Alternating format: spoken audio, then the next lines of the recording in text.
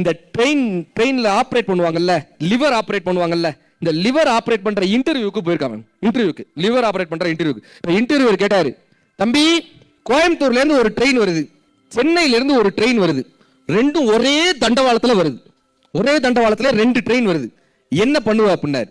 Sir சிகப்பு கொடி எடுத்துட்டு போய் இந்த ட்ரெயினுக்கு காட்டுவேன் சார், சிகப்பு கொடி எடுத்து போய் அந்த ட்ரெயினுக்கு காட்டுவேன் சார், 2 ட்ரெயின் சிகப்பு கொடி கிடைக்கல, என்ன பண்ணுவேன் சார்? இந்த பக்கம் ரெட் சிக்னல் போட்டு நிப்பாட்டுவேன் சார், அந்த பக்கம் ரெட் சிக்னல் போட்டு நிப்பாட்டு, ரெட் சிக்னல் ஒர்க் ஆகல, என்ன பண்ணுவேன் சார்? அந்த டிரைவருக்கு போன் அடிப்பேன் சார், இந்த டிரைவருக்கு யாருக்காவது போன் அடிப்பேன் சார், செல்போன் அடிச்சு நிப்பாட்டு, செல்போன் டவர் 2 பேருக்கும் கிடைக்கல, டிரைவர் போனை எடுக்கல, என்ன பண்ணுவேன்? நான் என் தங்கச்சியை கூட்டு வருவேன் சார். நான் தங்கச்சியை கூட்டு வருவியா?